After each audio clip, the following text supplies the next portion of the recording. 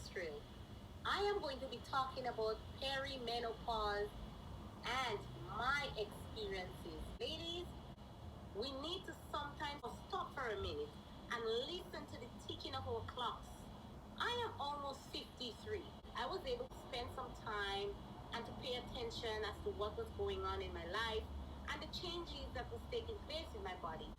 There were times when I would often get these episodes of dizziness and headaches. And during the pandemic, the dizziness started getting worse to the point where the paramedics had to be called. They would take me into the hospital and the doctors would do all kinds of tests.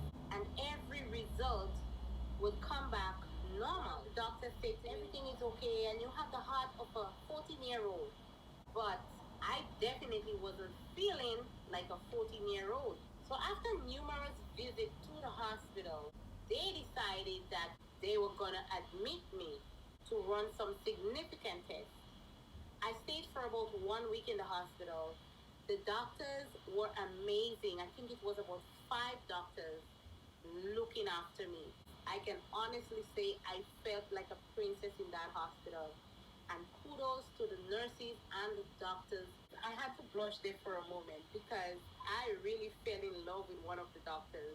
But anyway, so they did all these tests on me and each and every one of them, again, was normal. At this point, I was beginning to get a little worried because I was not feeling good at all. And they were telling me all my test is good or everything is normal, nothing is wrong. I actually had to leave the hospital and come home after a week. Still wasn't feeling great. I was a little bit content, but still not totally happy or satisfied because I was not feeling great. Anyway, after a few weeks coming home from the hospital, I would wake up in the morning and feel so tired with not 1 ounce of energy. Then I would start to feel hot and faintish. All these different episodes. So I decided that I'm going to start keeping a journal of the symptoms, the date and times, and all the different feelings that I was feeling. And then I realized that it was seasonal with some of my symptoms. And certain symptoms would be around my monthly cycle. Then it hit me that it's my hormones that was going crazy. And that is why the doctors couldn't find anything because they don't test for hormone imbalance. Even my family doctor wasn't aware. She didn't understand what was going on. Why was I feeling the way I was feeling?